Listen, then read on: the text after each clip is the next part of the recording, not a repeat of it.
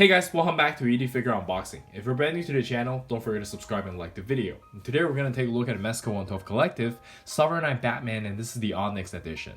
And to my understanding, Mezco is going to have their own little trilogy of Batman, and this is supposed to be Batman in his prime, the second one.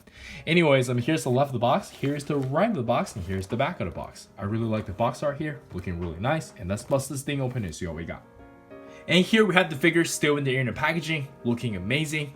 Batman just looks good in black. And yeah, let's check out the figure itself.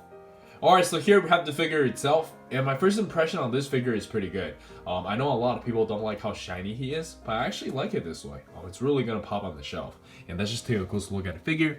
I love the attention to detail. The design on the suit is really cool. I don't seem to have any QC issues. It looks beautiful. And yeah, I think we can jump straight into the articulation. And for the articulation, let's quickly go over it from the neck down. He can look up about this much, look down about this much, and you can tilt his head side to side no problem. And the shoulder does have a little bit of butterfly joint, but it's so limited that it's actually not really noticeable. And you can raise his arm up about this much. This is just a hinge. You do have bicep swivel, can curl about this much, and you do get the ball wrist. And you also get a swivel here with the forearm. And for the ab crunch, you can only bend forward about this much. My figure is kind of stiff. Let me just try to move it a little bit more. Yeah, I think that's about as far as you can go. But you can bend backwards quite a lot. And you have some pretty good side-to-side movement. And for the leg, you can kick out about this high. This is actually pretty good. Bend about this much. Thigh swivels.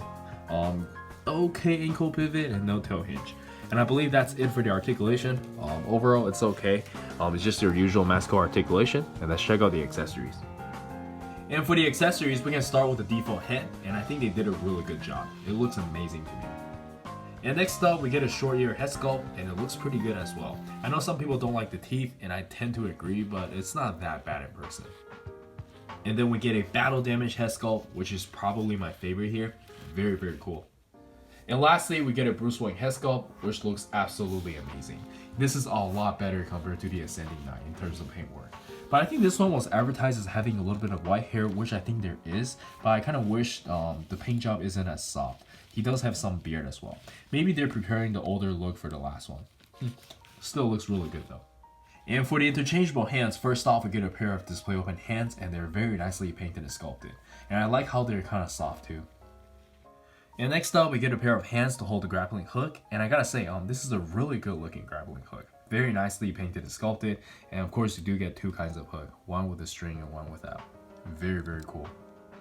And then we get a pair of trigger finger hands for this sonic wave gun. I'm not sure what this is actually, but very nicely painted and sculpted. A pair of hands for holding the batterings, and we do get 10 of these smaller ones and one big one. And lastly, we get this Kryptonite breast knuckles, which is probably the coolest accessories I've seen in a while. Very nice. I like the translucent plastic they use as well. We also get the Bat drone, which is honestly not that useful in my opinion, but I like how high tech it is though. Very well made. And yeah, I believe that's everything, and let's check out some action poses.